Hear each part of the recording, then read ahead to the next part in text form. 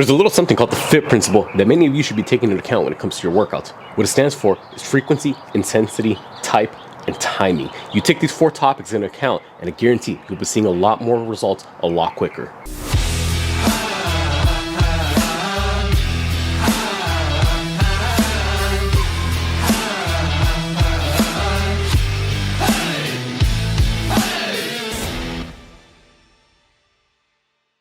What's up everyone, David here. We got a new video for us today, but before we get into it, if you haven't already, make sure you subscribe to the channel, hit the bell notification so you miss out on any new videos. Because remember, new videos on this channel every Tuesday, Thursday, and Sunday, so don't miss out. Now today we're going to be talking about your specific workout routine, and although yes, you're staying consistent with going to the gym day in and day out, it's not the only thing that matters.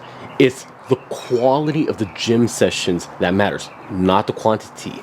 And so many of you, although you're staying consistent and you have the discipline to actually force yourself to go to the gym, you're not quite seeing the results that you want. And why is that? Let's just say you've been hitting the gym for a couple months, going on a year, hell, maybe even a couple of years, but you're not quite where you want to be. Why is that? Well, there's a lot of different factors that could be taken into account. Maybe you're not training hard enough. Maybe you're not going enough. Maybe you're just doing the wrong types of exercises. A lot of these issues, for the reason why you're not seeing the results you want, could realistically be fixed if you were to take the FITT principle into account. Many people don't know what it is, but FITT, F-I-T-T, that alone, 4 individual topics all grouped together, you dial in on all 4, you'll be seeing results a lot quicker. Realistically, what it is the F, it stands for frequency, as in how often are you working out. The I stands for intensity, as in how hard are you pushing yourself within each given session. The first T stands for type. What is the specific exercise selection that you're doing every time you step foot in the gym? And the T, it stands for timing, as in how long your workouts are and what are the rest intervals you're doing in between sets. All 4 of those, we gotta dial it in and be as specific as possible based on whatever your goals may be, whether it be to increase strength, to add muscle size, to lose weight, whatever it is, apply the FITT principle into all of your workouts, and I guarantee you'll be seeing a lot more results quicker than you otherwise would if you were to just head into the gym and just kind of wing it by ear each time. So to start things off, the letter F, frequency. How often are you actually working out? Part of the reason why you're not seeing results is probably because you're not doing it enough. And again, it really just comes down to also what is your availability. Let's be honest, as much as we want gym to be life, we can't let it get in the way of life. A lot of you're either full-time students, whether you're a high schooler or in college or any other academics, that eats up a good amount of time. On top of that, if you're working part-time jobs, internships, maybe you're a parent, you got a full 40-hour-a-week job, and on top of that, you got to go home, take care of the kids. A lot of things go on throughout the day that keeps us from spending even more so time in the gym. And because of that, we got to limit it. And because we're limiting how often we're going to the gym, that could affect how frequently, we'll be seeing results. Because obviously, if you're going to the gym once per week, you're not going to be seeing as much results compared to if you were to go 3, 4, 5 times a week. So if you're someone who's lacking in a particular muscle group, then you might want to train it a little bit more frequently. Again, it really comes down to your availability, your timing, your scheduling. But hey, if you can, try to go a little bit more. Now, don't always have the mentality that more is better, because by no means is that the case. Sometimes if you train a little too much, you're not going to be recovering enough, and therefore you're going to be overtraining. But at least for my personal experience, I only work out 4 days a week right now. I've worked up to 5 and 6 times per week. That's perfectly fine. But again, as long as you're recovering enough in between workouts, you'll be seeing results. But if it's once or twice per week, it's better than nothing, but it's not going to be as good as doing it a little bit more frequently. That's just in terms of actually working out, your overall splits, whatever it may be. Push, pull, legs, upper body, upper, lower, legs, chest, back, delts, arms, whatever split it is that you want to go, you got to take the frequency of the individual muscle groups into account.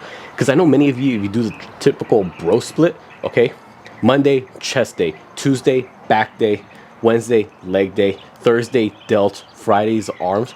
Okay, that may get you results up to a certain point, but you got to keep in mind, 4 out of those 5 days are upper body days. So it's going to be no surprise if your upper body all of a sudden blows up. But realistically, you're only training legs once per week with that given split. You really think your legs are going to see as much progress compared to the muscles in your upper body? Obviously not. So you got to go ahead and increase the frequency of it. If you're on an upper lower split, okay, everything is going to be balancing out a little bit more evenly. But let's just take the muscles in your legs, for example. Let's just say you're going in, you're doing your basic movements, you're doing your squatting, you're doing your leg curls, you're doing your hip thrusts, all the basic movements to build up the muscles in your legs. but you start realizing that your quads are growing a lot more compared to your hamstrings. Okay, maybe we got to start increasing the frequency of the hammies and maybe add in an extra day. See, whatever the muscle group is that you're lacking, you might just have to train a little bit more often to elicit the growth that you want to see. Next, we got the letter I, standing for intensity.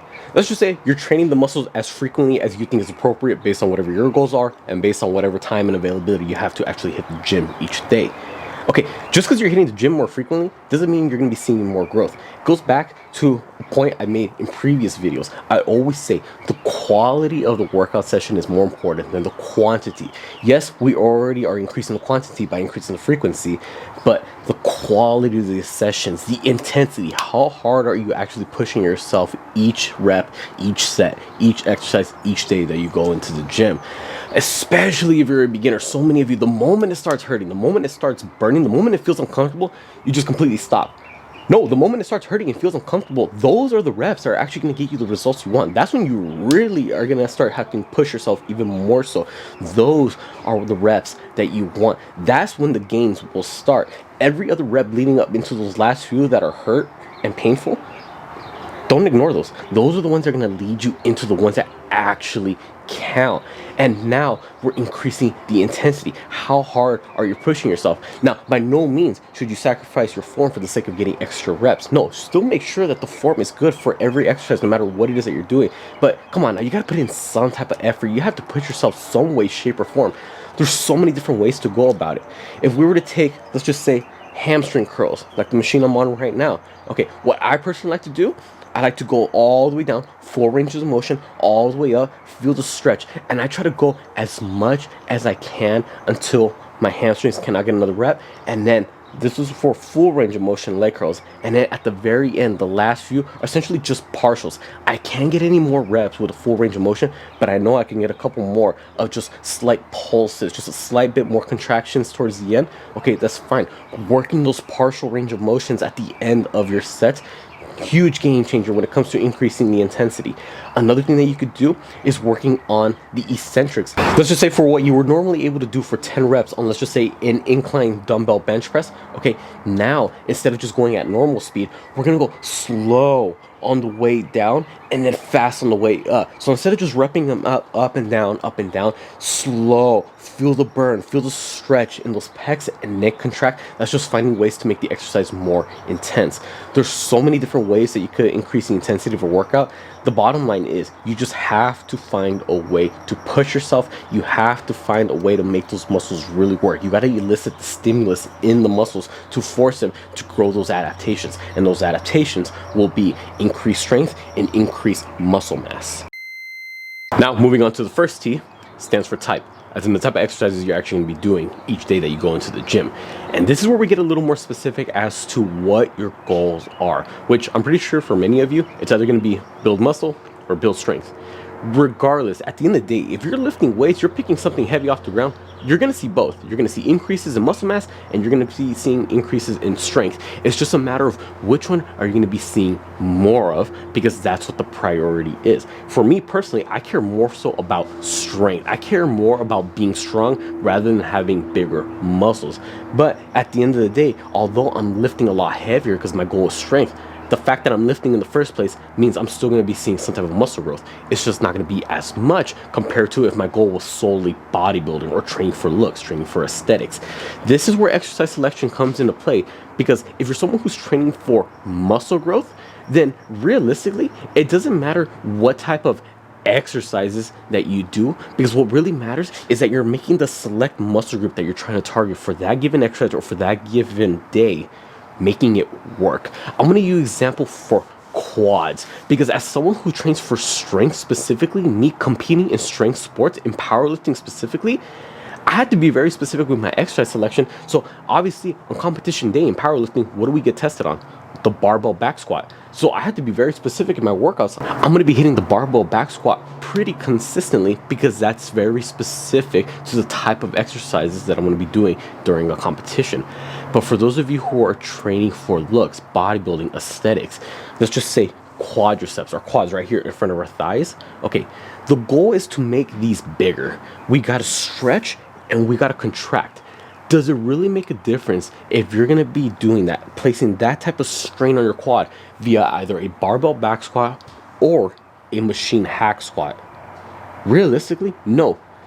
If you're competing for looks, if you're looking at yourself in the mirror, can you really tell if someone has very big, very well developed quads by looking at them? Can you really tell how they got that? It's like, oh no, that person's quads are a lot more defined because they did this exercise compared to this one. We look at bodybuilders on stage. Can you really say, oh, this person, they're gonna win first place because their quads were developed by the use of leg extensions, versus this person, they're gonna get second place because they developed their quads via the use of a leg press? No, at the end of the day, when it comes to looks, the very specific exercise you do is not quite as important. What is important is just choosing the right kind of exercise that makes that muscle work, that puts it under the right kind of strain. If you're someone who's trying to build up your quads and you use the barbell back squat as the exercise go-to, nothing wrong with that as long as you feel it here if that's your goal. But based on people's anatomies, different limb lengths, different torso lengths, sometimes just by nature of the way that they're built and the way that their skeletal frame is, when they do barbell back squats, they'll feel it more on their glutes. It might be a little bit more glute dominant. So even though their goal is to build up their quads, realistically, a barbell back squat might not be the best exercise for them just because of the way that their anatomy is. They're gonna be working more of this muscle group. But if they were to jump on a hack squat here, just by the angle and the positioning of your feet, your torso, and the way the angle of the machine works, it's gonna put a lot more strain on that quad. At the end of the day, they're both squat movements, but it's little things like that that will develop more so of this muscle group compared to the glutes. So you see, it just goes to show you when it comes to the type of exercises, you really got to narrow it down to what is it that you're actually trying to achieve? What is your goal? Strength or muscle group? Strength is very movement specific. Hypertrophy is very muscle group oriented. You just need to pick exercises that force that muscle to work, whether it be dumbbell bench press or barbell bench press. At the end of the day, they're all going to work your chest, but which one is going to work your chest even more? So which one can you get that deeper stretching, more burn, more contraction to really build up those pecs? Whereas in strength wise, it should be pretty clear that you're going to be going more towards the barbell bench press because that's what's getting done in competition. So again, just be very specific with what your goals, have your exercise selection mimic that. And the final T stands for timing, as in the duration of your workouts and also the rest intervals in between sets. Realistically, a good workout can be done anywhere between 45 minutes and an hour and a half. If you're spending up to 2.5, 3 hours in the gym, A, you're either unemployed, and you could actually have all the time in the world to work out, or B, you're just wasting too much time either talking to people, scrolling on your phone in between sets. It realistically shouldn't take that much. As far as the rest time in between sets though, anywhere between 3 to 5 minutes, more than enough time. And this could be part of the reason why you're not seeing quite as much result. It's because you're cutting your rest time a little bit too short. So what was supposed to be a, normal muscle building hypertrophy workout, essentially you're turning into a cardio session because you're not even giving yourself enough rest time. Your heart rate is still beating so fast that by the time you have to hit your next set, you're not even fully recovered from the previous one. Therefore, you can't even push as hard as you would like on this one because you're not fully recovered. You got to take enough time to rest and recover in between sets so that each one that you're going into, you can hit it at 100%. Especially for those big movements, those heavy deadlift sets, those heavy squat sets. If you're not resting enough in between each set, then you really think you're going to be able to go into the next one fully recovered, ready to hit it, get the goal reps in mind, hit the heavier weight? No. If you're rushing it and you're resting 45 seconds in between each set, is that really going to get you anywhere? Maybe cardiovascular wise, because again, 45 seconds, especially assuming that you actually did push yourself based on the intensity that we talked about earlier on the last given set, 45 seconds is nothing. That's how long it takes me to walk away from the squat rack, taking off my belt, and then walking over to the bench where I'm going to have a seat, and all of a sudden, now it's time to hit another set. No. 3 to 5 minutes would be enough time. Anything more than 5 minutes, either you're super out of shape, and that's the reason why you need more than 5 minutes to rest, or you're just wasting time scrolling or talking to everyone else and getting easily distracted. Anything less than 3 minutes, again, you can go into the next set, but it's preferably not. If I'm repping out a heavy set of 2 on deadlifts, and then next thing you know, I go down and I sit down, and now I gotta hit my next set in 45 seconds, I just hit a 2 rep max. Do you really think I'm going to be ready to go again and hit another 2 reps? No, I'm going to be taking that full 5-minute rest. I want to make sure I'm adequately recovered so that way I can push myself even harder into the next one. Another thing, if you're not recovering enough in between the sets and you still choose to go after whatever exercise it is, whatever set it may be, not fully recovered, it could be a good likelihood that the chance of injury is going to increase, because now your breathing isn't even under control. The muscles are still burning and still tired from the last set. All of a sudden, you never know, your form can fall apart because now you're not strong enough or recovered enough to maintain proper form, proper technique. It's just something waiting to blow. Something's going to happen. Just take the time to recover adequately. You do that for all of your sets, all of your exercises, no distractions. You'll be in and out of the gym in less than an hour and a half. Again, 45 minutes to 90 minutes, more than enough time to get a good workout in, even with these longer 5-minute rest periods in between sets. It's more than enough time. There you have it, everyone. The FITT principle. F, the frequency in which, how often you're working out. I is the intensity of how hard you're pushing yourself each time you step foot in the gym. The first T stands for the type of exercises you're doing each day that you work out. And the final T stands for the timing of how long your overall workout is and how long those rest periods are in between sets. You take these 4 topics into consideration and you dial them in and reflect them based very specifically off of what your exact goals are, then you'll be seeing results a lot quicker. But again, just do what you can with the time that you have, with the resources that you have. Stay consistent, eat your protein, get enough sleep. You take the big factors into account, you'll see results. Hopefully this video was helpful. Comment down below if it was, and comment down below any other topic that I may have missed or any other key talking point that you believe relates to the FITT principle that everyone should be taking into account if they want to see results in the gym. Also, comment down below any other video suggestions you'd like to see me do, whether it be about mindset, motivation, nutrition, diets, workout programs, whatever it is. Comment down below. I'd be more than happy to help y'all out. Be sure to subscribe to my channel so you miss out on any new videos, because remember, new videos on this channel are Tuesday, Thursday, and Sunday, so don't miss out. And on Instagram and TikTok, same thing. Be sure to follow me on both accounts. I put all my links down in the description below. With that being said, I'll catch y'all next time.